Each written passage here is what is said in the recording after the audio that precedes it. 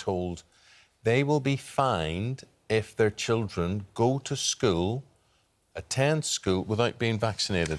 Well, there's a lady here who agrees with that, a mother who seems to think that it might be a very good idea. She almost died after she caught mumps, aged 40, and says that all unvaccinated children should be banned from school. There she is. That is Emily Cleary at her home in Buckinghamshire. Good morning, Emily. Thanks for joining us this morning. You got mumps when you were 40, so how do you believe you contracted mumps? Yes, it was last August. I went on holiday with my family to a holiday park on the south coast, and it was a pretty grotty place, pretty unhygienic. And then 3 weeks later, I started getting flu-like symptoms. My face swelled up and I was very ill. The doctor told me that I'd contracted mumps, and the incubation period matched exactly to when I was there. And also, he then quarantined you because you were deemed to be a public health risk, is that right? Yes, because I was deemed a public health risk. I couldn't leave my house for a week or more, and I couldn't take my children to school. I was contagious to anyone I came into contact with. Emily, at that point, I just want to bring in the doctor here, because just in case, just outline to people what is mumps and why would it be dangerous? So mumps is a viral condition. It's most commonly causes fever, sort of cold and flu symptoms, lethargy, joint pain, makes your glands swell up. A lot of people don't realise what the complications of mumps might be, though. Meningitis, it used to be a big cause of meningitis before we had vaccination. Infertility, pancreatitis. Measles and rubella, likewise, can have serious complications. Measles, if you get over it, still puts you at risk of brain damage, a condition called SSPE, for which there is no cure. So Emily fell foul of this mump situation, and obviously, Emily, it frightened you, it scared you, and also it's made you angry. To what degree? It's made me really angry. It made me angry because the doctor told me that I had contracted it from an unimmunised child, that parents are not immunising their children because they believe lies that they read on Facebook. And if you have mumps as a child, it might not be that severe. But if you get it when you're 40, it can have really, really damaging effects, and it's had damaging effects on my health.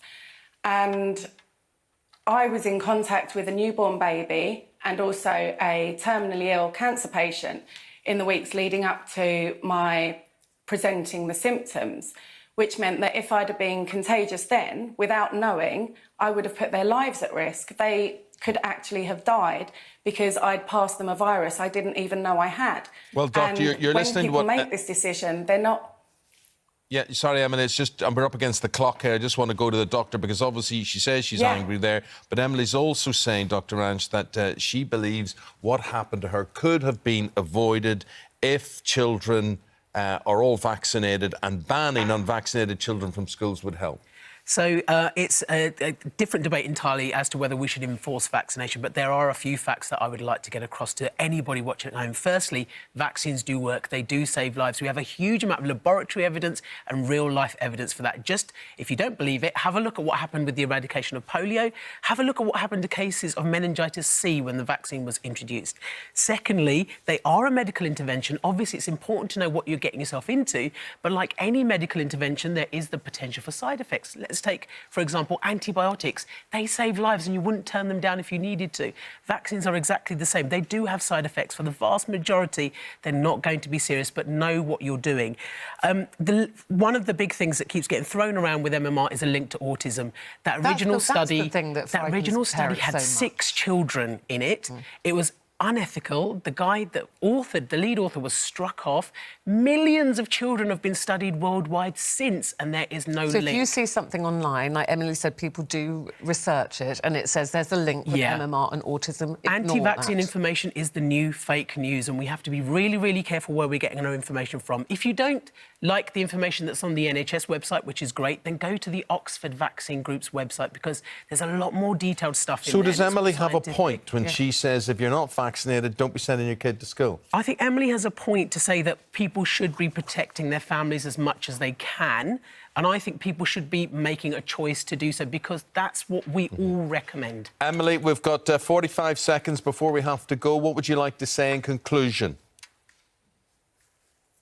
I'd like to say that it's not just a personal choice, it's a choice that affects everyone in society. And if you make a choice not to vaccinate your child, you're not just damaging or risking their health, you're risking the health of other people that are around that they come into contact with, and you could be risking other people's lives without even knowing it.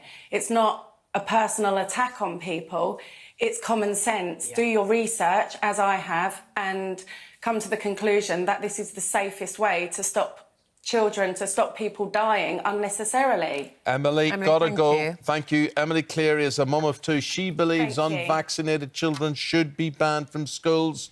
What do you think? We'll be back taking your comments on that. And we'll have Martin Lewis with his weekend cash deals after this.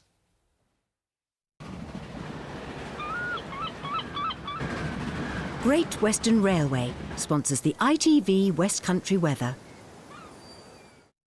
Hello there. Now, a bit of a chilly and foggy start, although things are brightening up quite nicely. And I think we'll hold on to a good deal of fine weather into the weekend. Saturday particularly looking like the sunnier of the 2 days, but I think it's going to stay pretty dry throughout.